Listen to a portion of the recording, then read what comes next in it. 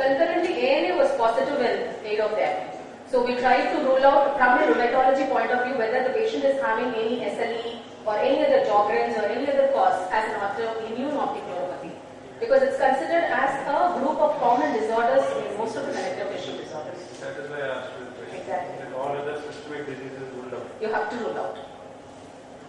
A very interesting paper regarding this NMO expression or aquaporin 4 expression in lumbar puncture, particularly in CSF. Do the study correlate? Because if you see the prognosis of the diseases, if you see what visual acuity the patient presented and what Sir said, those recurrence cases or the prognosis wise.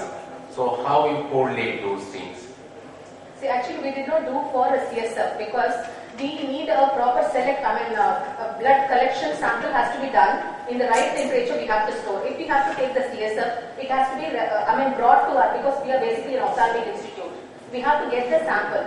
So we wanted to know whether if there is going to be a proper collection criteria what we wanted and the temperature to maintain and separate the serum. If everything is there and we didn't want a proven NMO to come into this because our entire purpose is to go from the other end of an optic neuritis to the detect. When you have clinical evidence, basically when I get a CSF sample from a neurologist, yes, he is having an additional evidence to say that it is an NMO. So I may not.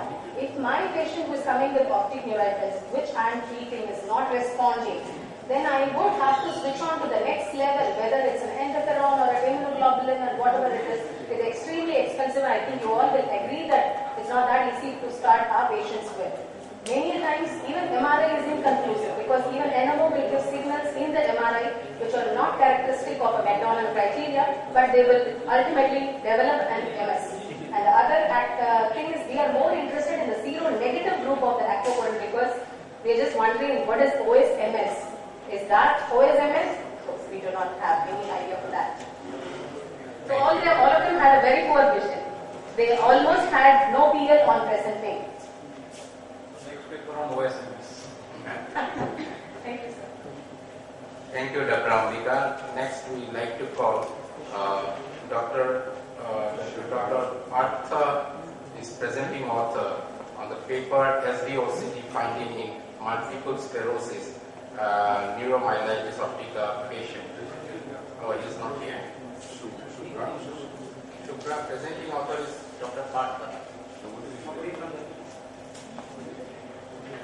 Okay, next paper is clinical profile, natural history and follow-up of 40 cases of pseudotumor cerebri. The presenting author is Dr. Priyadarshini Mishra and the chief author is Kumudini Sharma. She is not there from Lucknow. Not eligible for the award.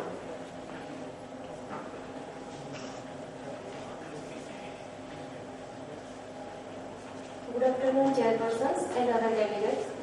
Thank you for giving me this opportunity. I am presenting on behalf of Dr. Kumudini Sharma. The clinical profile, natural history and follow-up of 40 cases of pseudotumor cerebri. And there is no financial interest.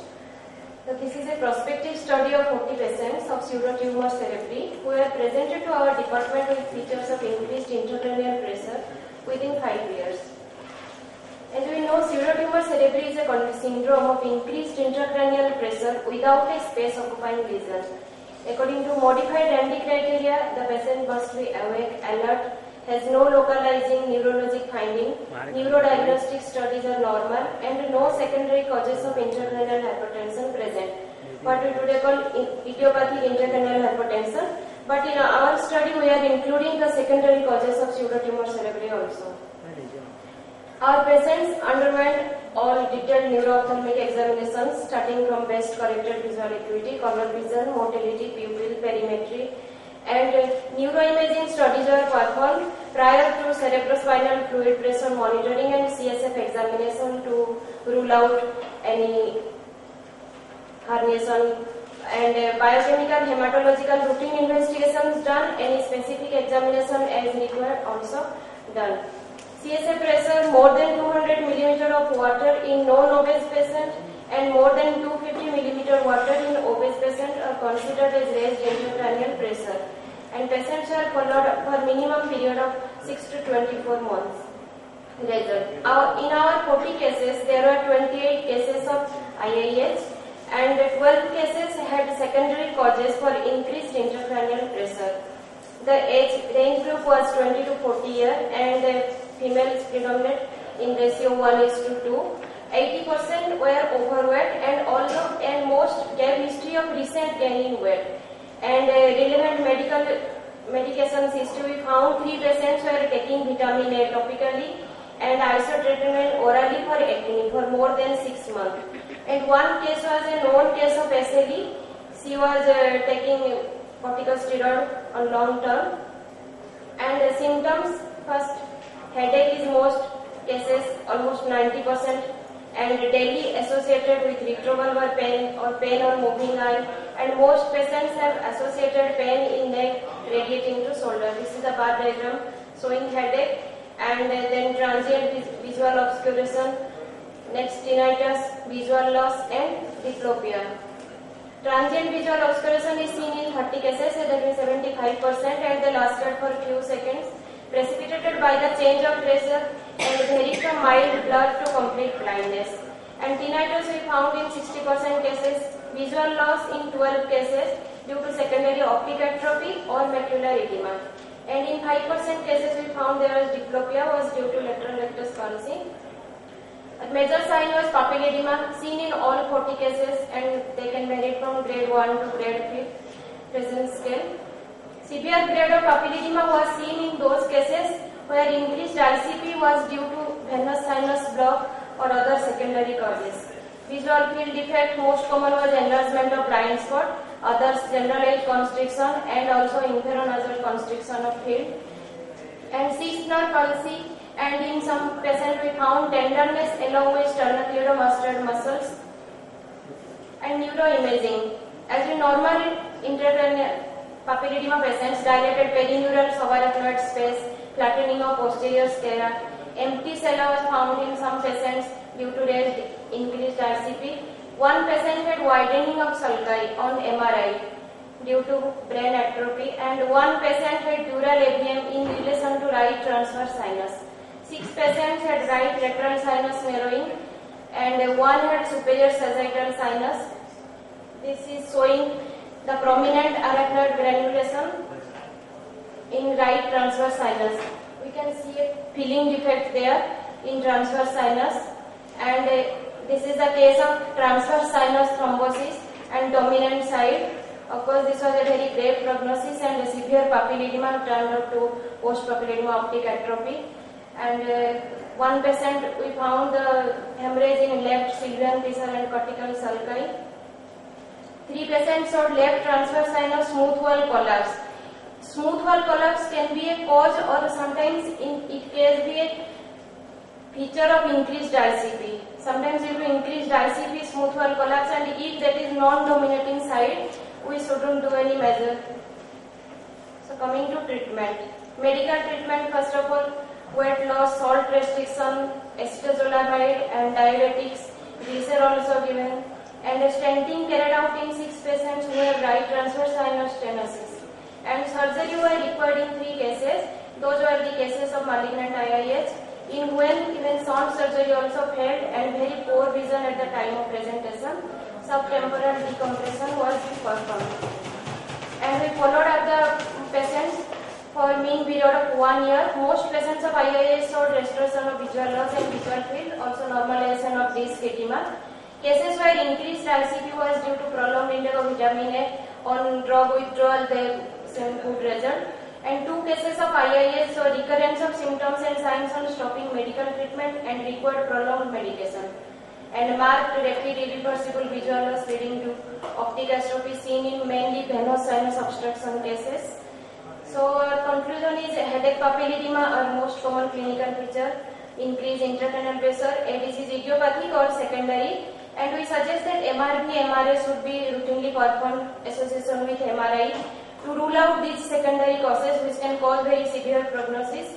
And IIH is not a benign condition, as some patients may not respond to medical treatment even to short surgery and may become blind, as seen in our 3 of the cases. Thank you.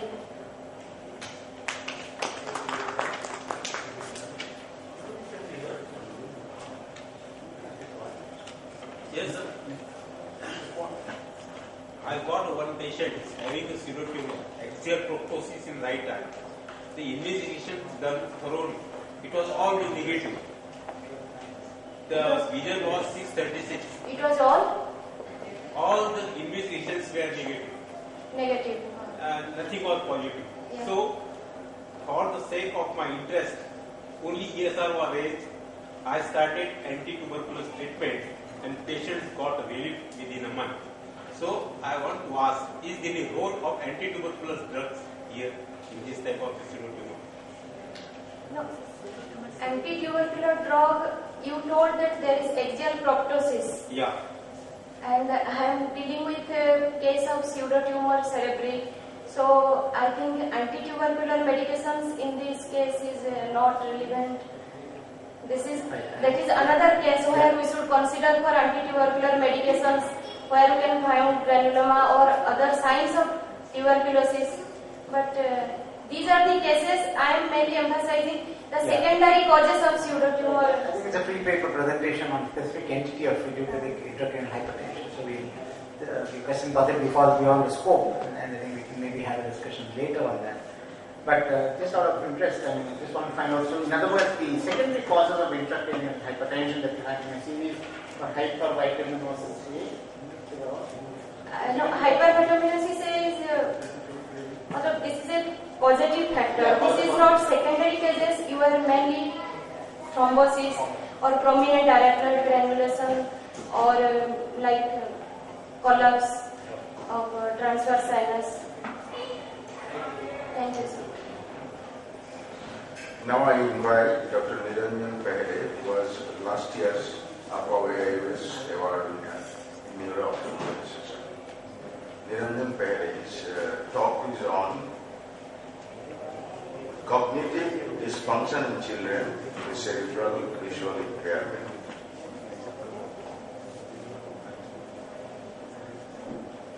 Yes, Dr. Niranjan. Respected chairpersons and my dear colleagues, I thank the Scientific Committee of All India Ophthalmological Society for giving me this opportunity to present this interesting work again. The topic was cognitive visual dysfunction in children with cerebral visual impairment. Our experience of using a questionnaire tool for their assessment and planning management strategies. We have no financial interest to disclose. We need not have a very technically different research question or some very complicated methodologies or imaging or tests to do research or some fantastic labs. There are several simple questions which are wandering around us in the clinics every day, and if we pick up just one of them, we can come up with a fruitful research. Just like the Newton saw this apple falling down every day. Many saw, but he questioned why, and that made a history. Here we are not going to talk about anything that is uncommon, but these children are walking into our clinics day in and out, and we don't know what to do with them. So let's first try to understand what we are really going to talk about. When the light sensations reach the occipital cortex, it tells us about the clarity of that object, that is the acuity, what is the contrast, what is the color, and it also is responsible for the visual fields. The temporal lobe is a storehouse of visual memories. It tells us what is this, whose face is this, how to follow this route. The word that we're looking at, what that word is, what is the name of the object, or in short, it is the library of different names. Posterior parietal lobe is the motion attention planning unit. Like whenever you have a complex visual scene, though you are seeing 100 things here, you are able to concentrate your attention on a particular object. Posterior parietal lobe allows us to do that. And if you have to go and pick up something from that complex visual scene, what calculations need to be done, that also happens at the posterior parietal cortex. From here, there is a connection with the frontal lobe, which has the executive planning unit, which has internal communication with the motor cortex. It tells you which organ of the body has to move, at what length it has to go and stop, in which direction your head has to move, in which direction your eyes have to move, and that's how the visually guided movement happens. So, in short, we have a dorsal stream predominantly consisting of the posterior parietal cortex and a ventral stream of function predominantly consisting of the temporal cortex. And these two dorsal and ventral streams function in unison like two peas in a pod, and we don't realize that these two systems exist unless one of them is at fault. And this can happen despite normal visual acuity and normal visual traits.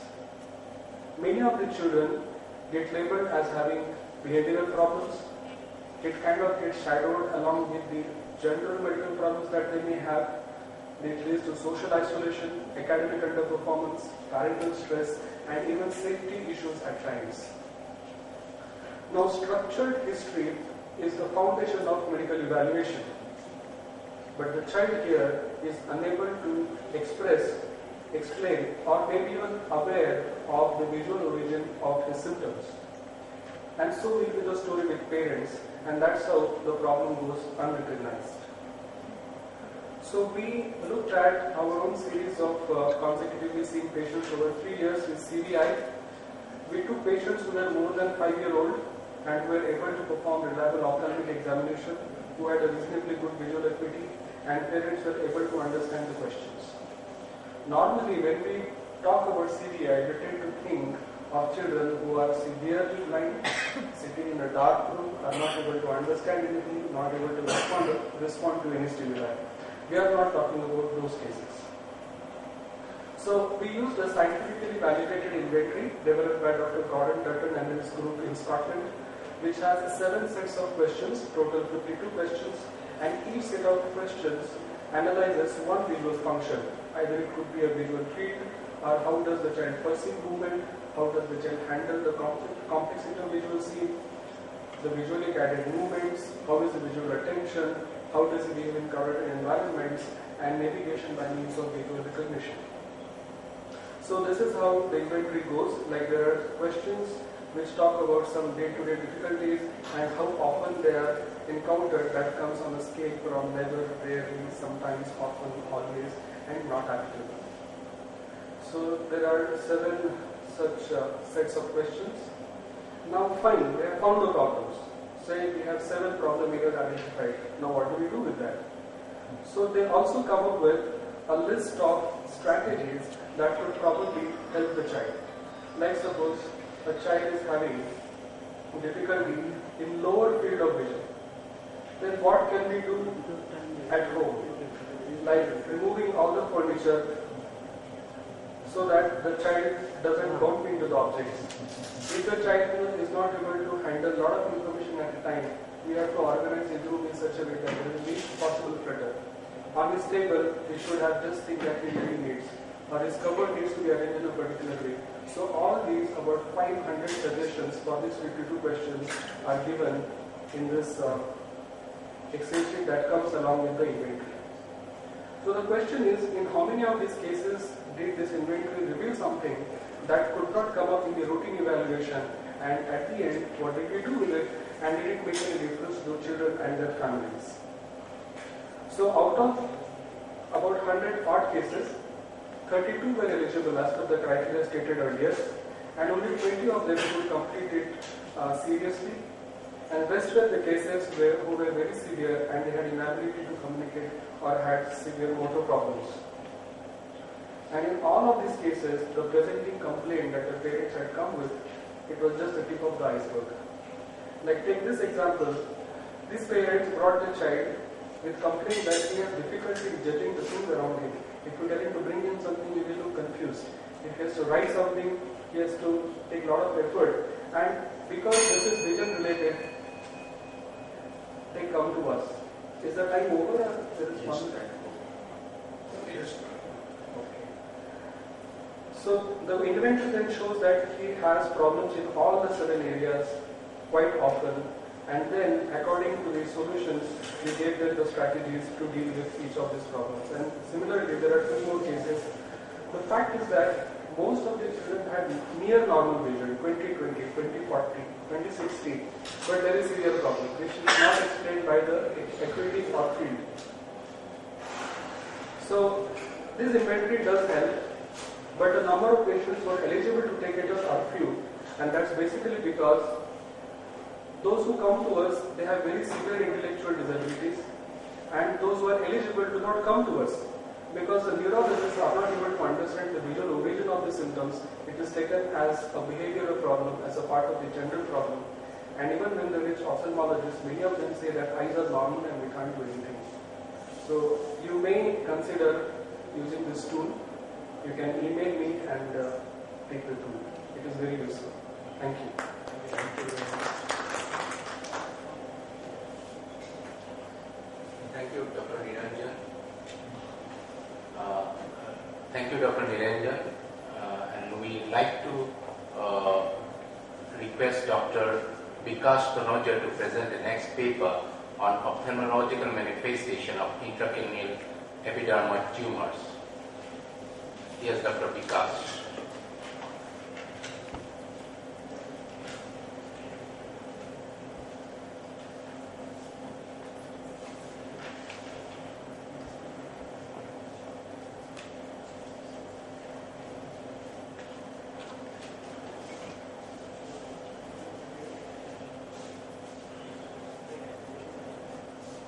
Presenter is Dr. Shiva Prasanna. Can you be ready there around that?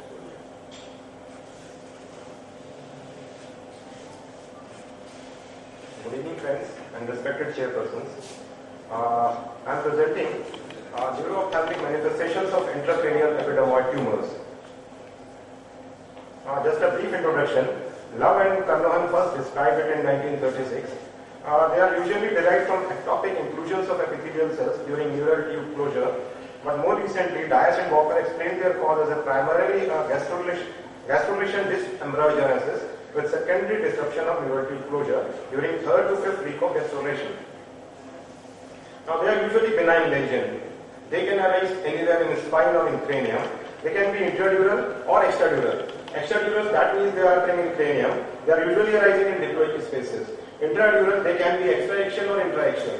Intraaxial, that means the brain substance. And extraaxial, involving brain substance and lying outside that also. So, intracranial epidermoids accounts for 0.2 to 1.8% of all the brain tumors.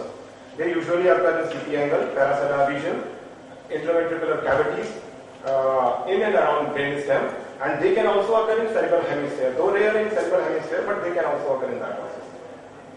Common age of presentation is 28 to 35 years of age. They can occur from infancy, right from infancy to adulthood.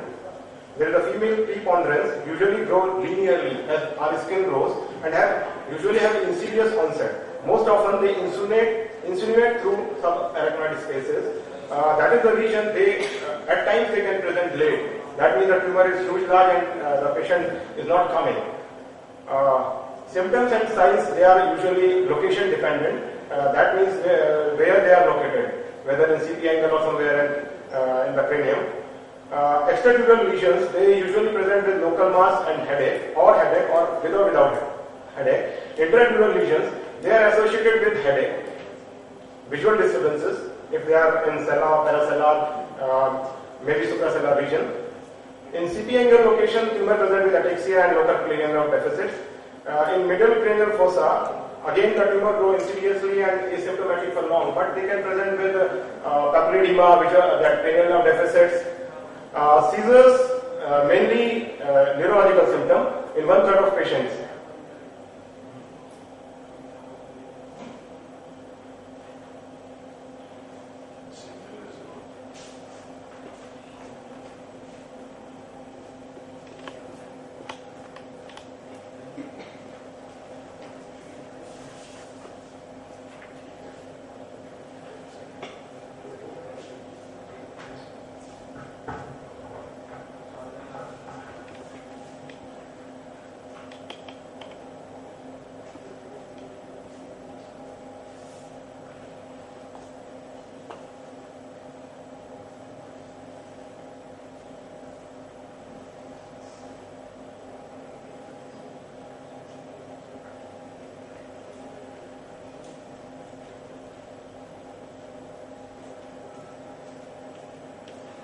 Now coming on to the neuropathic manifestation in epidermoid, visual disturbances include visual field defect, transient obscuration, decreased visual acuity. Diplopia, maybe due to third, fourth, or sixth nerve paralysis. Nystagmus, mainly gaze evoke, gaze palsies, usually of gaze palsies because of that Carinaut phenomena, and facial palsy. Complication related to facial palsy, that is exposure keratitis or inadequate lid closure. Now, our aim was to study the neuro-ophthalmic manifestations of intracranial epidermoid tumor. A retrospective analysis of neuro-ophthalmic manifestations of epidermoid in Department of Neuro-Ophthalmology of Neurosurgery at SGPGIMS. Earlier we were neuro-ophthalmology, now we are ophthalmology, so I have included this neuro-ophthalmology. The period of study was from 2002 to 2012. A detailed history, neurological and neuro-ophthalmic assessment was done. That includes visual acuity, extraocular motility, diplopia charting, pupil perimetry, and neuroimaging, which included CT scan and MRI. Total number of patients with intracranial epidermoid was 77, in which 56 presented with neuro-ophthalmic manifestations. Age range was from 2 years to 58 years. There was a male-female ratio of 46:31. This is the age distribution bar showing maximum number of patients were between 20 to 39 years of age group, that is 46.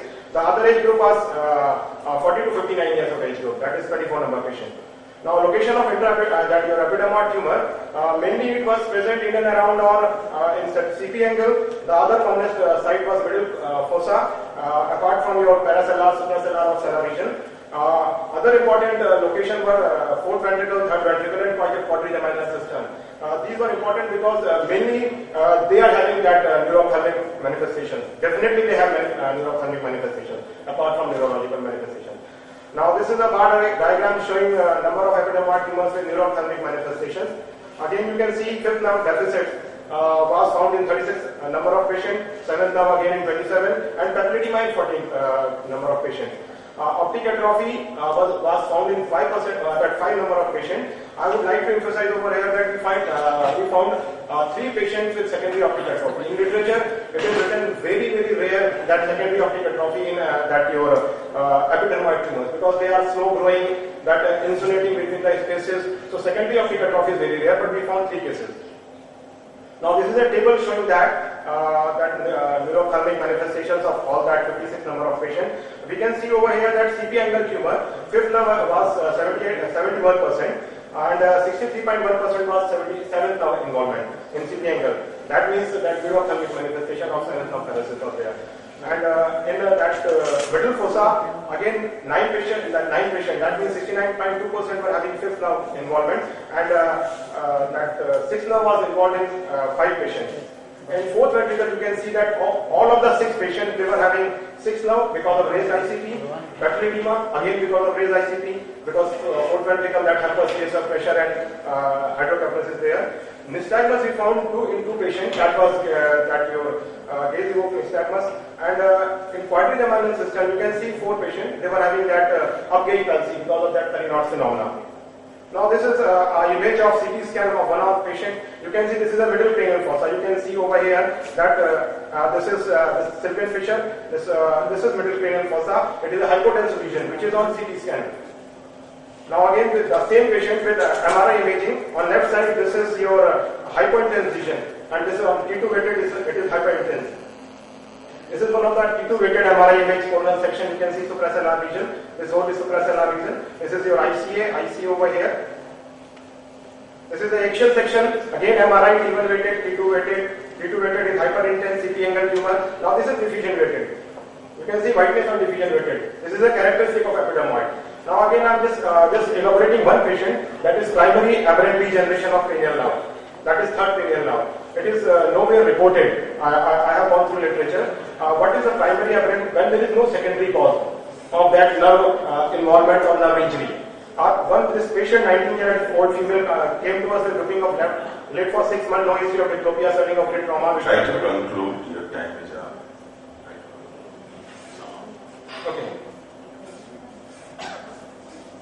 So in summary, that intracranial epidermoid tumors can present with varied neurological and neuro-ophthalmic manifestation. Initially, though they present to neurologists or neurosurgeon, but they can present to ophthalmologists with initial features of visual disturbances, which include visual field loss, transient obscuration of vision, or gaze palsy. As in our case, that primary aberrant or gaze palsy or private aberrant regeneration of nerve, as they are biologically benign tumors.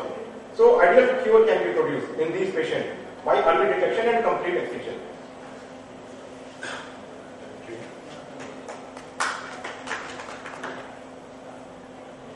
presentation, but see, this is a pathological diagnosis, epidermoid tumor. Now, see, this lesion you have shown is a quite big lesion. Okay, now how you need to have a correlation, because in the West, whatever autopsy diagnosis of epidermoid tumors are there, or atypical dermoid tumors are there, which are seen in the cranial or extracranial site, which can have a various pressure effect. Now you see this again, how do you, for example, arachnoid cyst, you can see 1% of normal radiologic MRI finding or CT scan finding, or this epidermoid tumor, or say parasitic tumor. Yeah.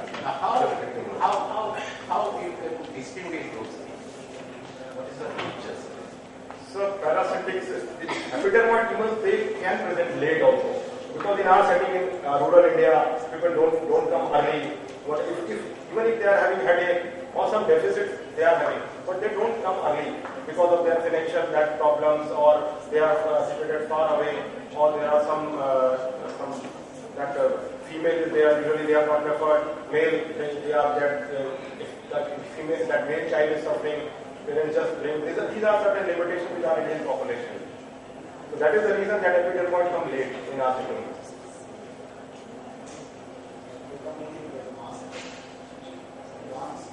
Not so in every case, because we were part of neurosurgery. So most of the cases they came to neurosurgery, and because we were part of neurosurgery as a neuro-ophthalmic unit, so they were definitely referred to us for neuro-ophthalmic examination. So that is how we pick these patients up.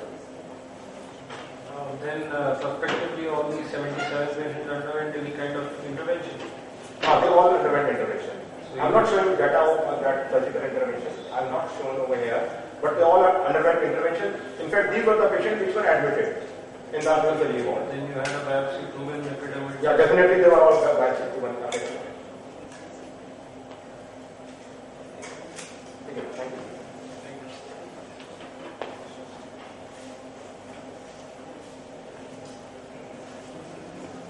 Next, we call upon Dr. Kalpana Suresh.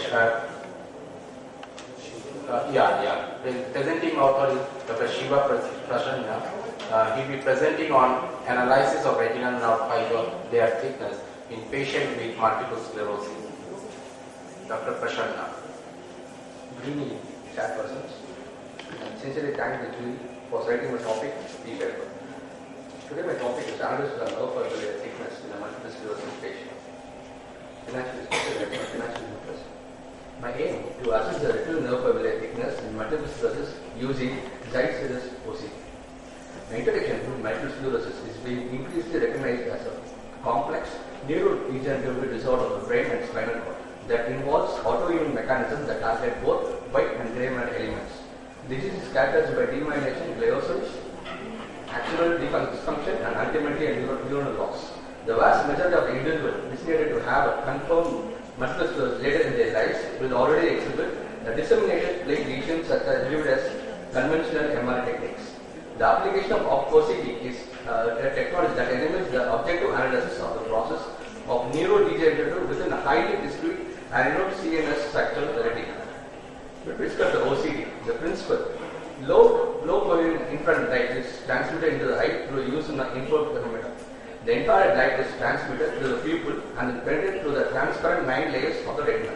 Subsequently, the light backscatters and returns to the pupil, where the detector can analyze the interference of light returning from the layer of retina compared to the light traveling the reference path. This is the idea of OCT, where the light shows the patient, receives the light, it passes the beam splitter, where it gets the two images. One is from the retina and another is from the reference arm, where the beam splitter gives the interference and gives the OCT image. Materials and method which were included is inclusion criteria. The age is 20 to 50, between, and exclusion criteria less than 20 and above 50, and exclusion of diabetic, hypertension, and cataract and glaucoma cases. Study period for 1 year, and the study is prospective study. Sample size is 32 patients, 64 eyes were taken. 32 patients referred to neurologists for retinal nerve fiber thickness in multiple sclerosis patient, comprehensive ocular examination including descriptive visual acuity, fundus, perimetry, and serious OCT. Results and discussion. 64 eyes were examined, of which 54 eyes are thinning of retinal nerve fiber. That is 78 plus or minus 10, compared to normal data of 103 plus or minus 10, which is statistically significant. This is out of 80 eyes, which has 25 will have a visual defective, and 5% has the fundus changes, and 18 have the perimetric, and the majority goes to OCT as 35%. This is a comparative analysis, whereas 42% the OCT changes can be seen. The RF loss is found is to be in 87%, whereas a normal has a 13%. The temporal quadrant has a measure of 80%, whereas the superior and inferior 10% and nasal is 10%. This is the OCT finding, where you can see the average RW thickness at the top. The red color shows that significant, which is of a thinning of the retinal nerve thickness. This is a fundus changes, where the temporal pallor can be seen. And conclude, this is a mandate to screen the nerve fiber thickness in a multiple sclerosis using OCT. Visual fields will not affect direct retinal fiber thickness as early as OCT, and is useful for tracking disease progressing in multiple sclerosis, and could also have potential to visualize the neuroprotection. This is my reference. What is the source of the normative data? Normal data which is being taken in following abstract, following publications.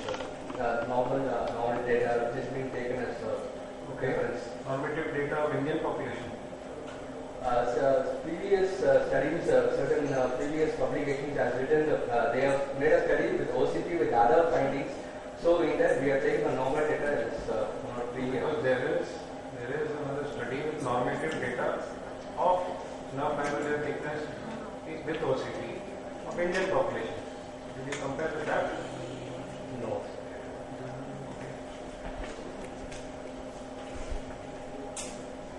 Did you find any difference during remission period or exacerbation period in thickness of hair? Was this in during remission or exacerbation period? MS goes up like this? Yes, sir. We couldn't find any because this patient was hospitalized. Okay. Thank you.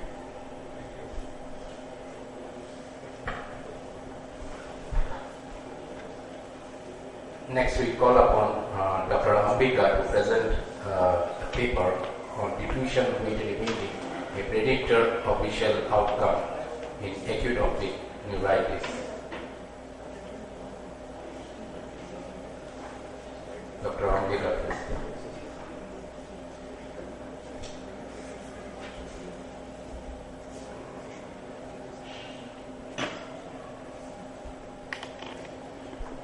Good evening again, and this topic, what I'm going to speak is about role of DWI, which is diffusion weighted imaging in optic neuritis.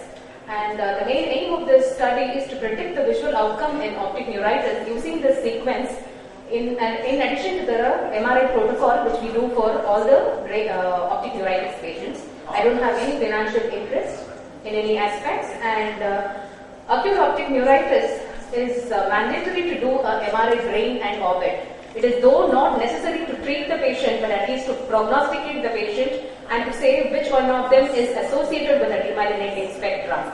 So, and even in an MRI, if there is a proper protocol pattern which has to be followed in detecting these lesions, which are a set pattern followed by the radiologist.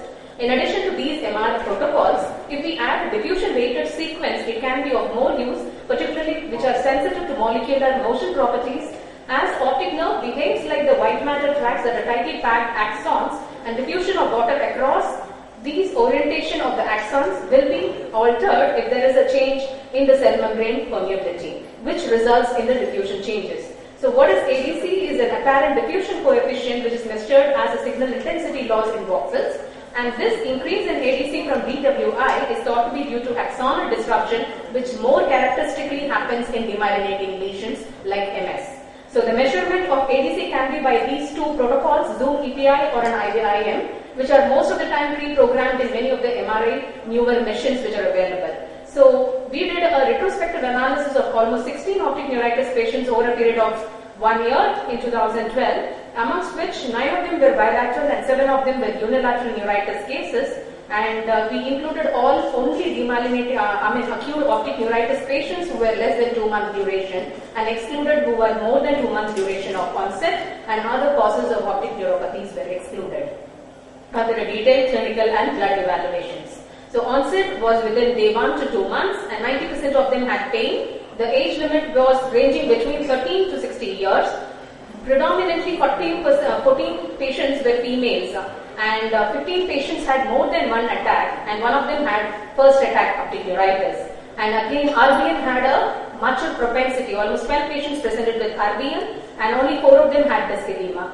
And MRI features, as I told, this is the set protocol which is being used, and we used a 1.5 Tesla machine, GE scanner machine with Veloci, and axial flare and DWI sequences were done in all these patients, and we calculated the ADC using the Zoom EPI protocol, which is pre-programmed in that machine. The normal ADC values, which is being reported in the literature and is ranging in that 900s, and our patients' ADCs, when we calculated with the formula which is being there in that Zoom EPI sequence, came to almost 624 to 740. And all the patients who were hyperintense signal on a coronal path suppressed MRI, few of them showed a restricted diffusion as shown in the next photograph. And this patient who had a bilateral neuritis also had a bilateral restricted diffusion on a diffusion matrix sequence, which again is showing that all patients who have a hyperintense T2 signal in the involved optic nerve, all of them had on MR, but 9 of them only had a restricted diffusion and a reduced ADC in the DWI. And brain was normal in most of the patients, except one guy who had almost a periventricular lesion simulating an MS, and there was an elderly patient with ischemic signals which probably were taken off.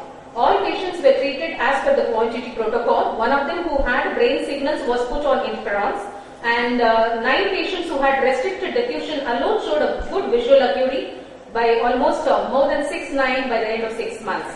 We compared them with the other groups, and if wide matter tracts are disrupted and there is a restricted axonal membrane perfusion, the ADC and the mean diffusivity will definitely vary because of the difference in the molecular motion. So this can be a very useful tool when we are doing a routine MR sequence which is not going to cost the patient anything more. Apart from studying the T1 and T2 characters of the signal, this can be useful in predicting the outcome of a neuritis.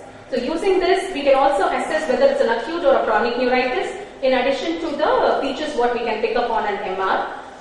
Chronic optic neuritis will show an increased ADC values because of the increased axonal loss as time goes on. The only limitation was it's a small sample size with a lesser follow-up, and we have to compare with the chronic optic neuritis to confirm that yes, there is an increased ADC values, because whatever has been reported in the literature should be matched. So to conclude, MRI plays a vital role in the management of optic neuritis. DWI is a definite surrogate measure of the axonal loss, and it can be an added value in the conventional MR to predict the recovery of the optic neuritis.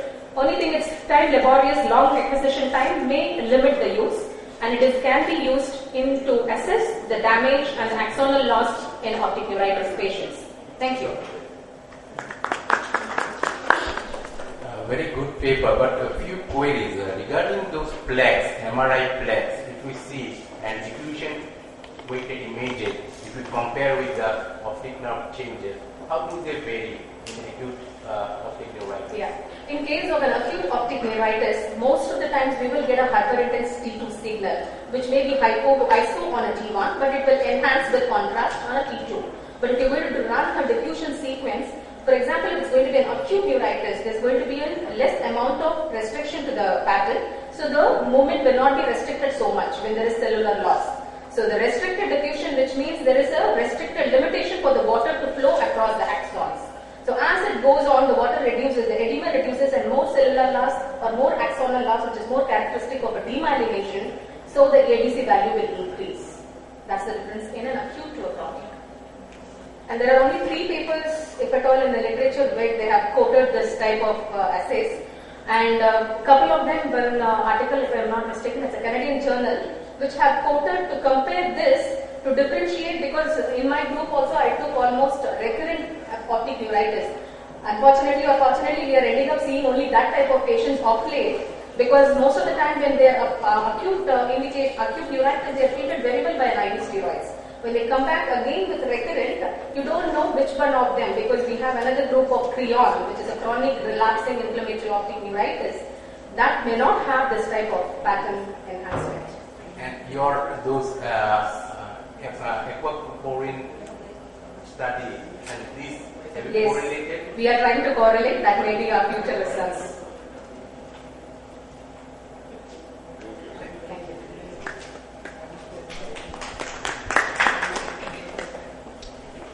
Now we call the last presenter, Dr. Hiranmoyi Das, to present her paper on causes of papilledema in pediatric age group, a 4 years hospital-based study in northeastern India. Dr. Hiranmoyi. Good afternoon, everybody. Causes of papilledema in pediatric age group. I have no financial interest. As there is no other neuro-ophthalmic sign that is as ominous as papilledema, we decided to conduct a study to find out various causes of papilledema in pediatric age group that is below 18 years according to Indian Association of Pediatrics.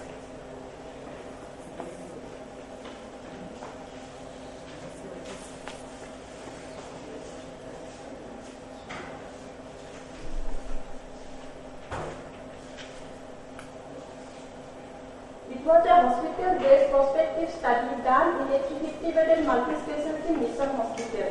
96 consecutive patients having papilledema as fundus finding presented to ophthalmology department from January 2009 to December 2012 were included in this study. A detailed history, including the history of intrauterine period, was taken and thorough clinical examination was done in each cases.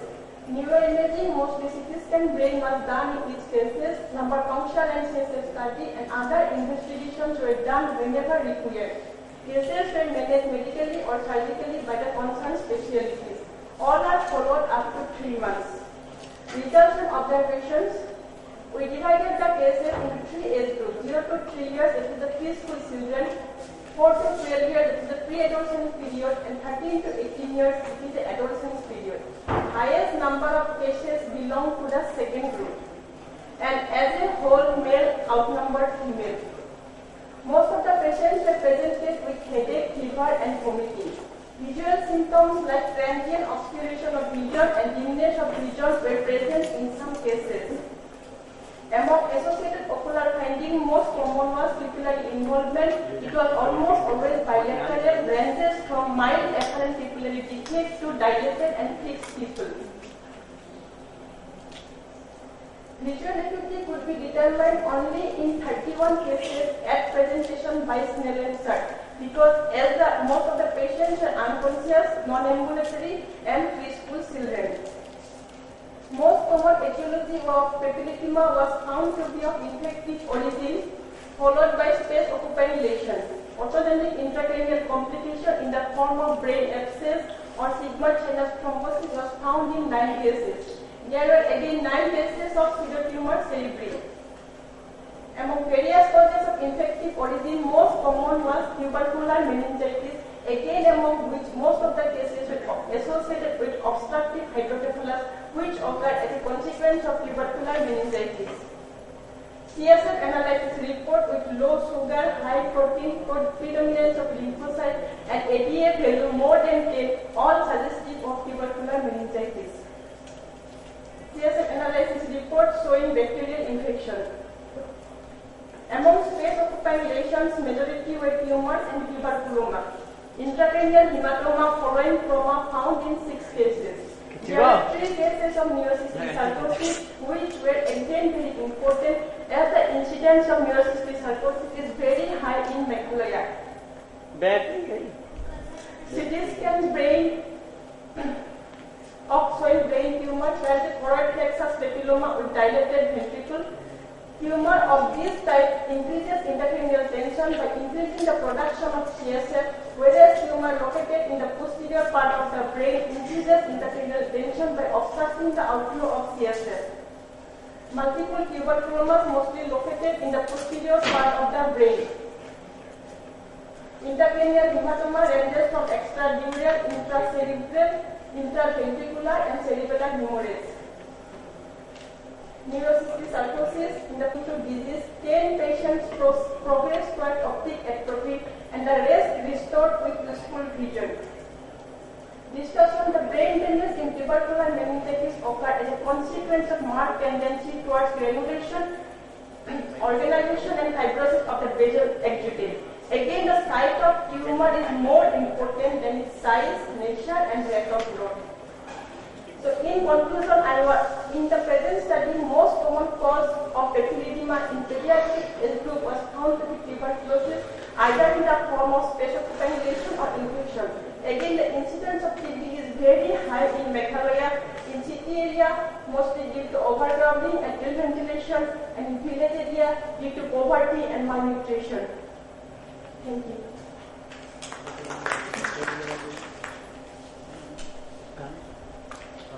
Again, did you compare with any other study done in India? Sir, I searched in May, but there is no such study. But it was the thesis subject of one of my colleagues during US student. She also got tuberculosis.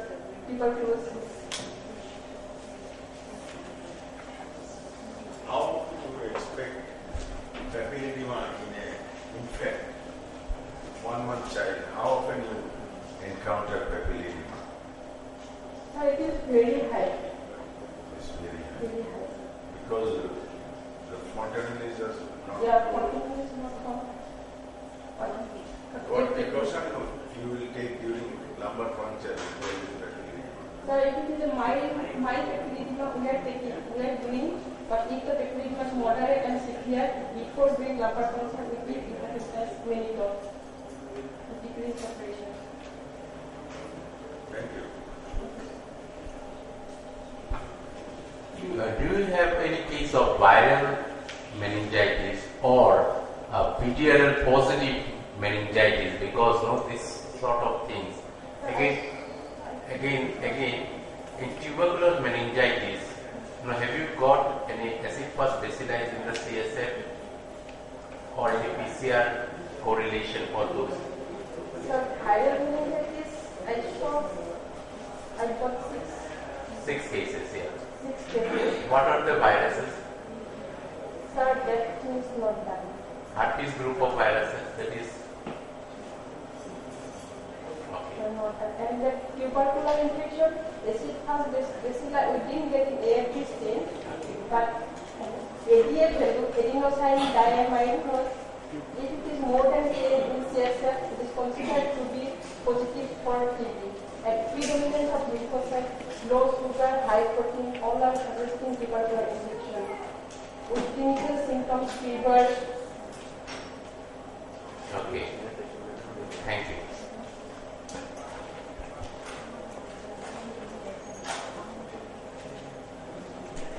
Please announce the result in 5 minutes.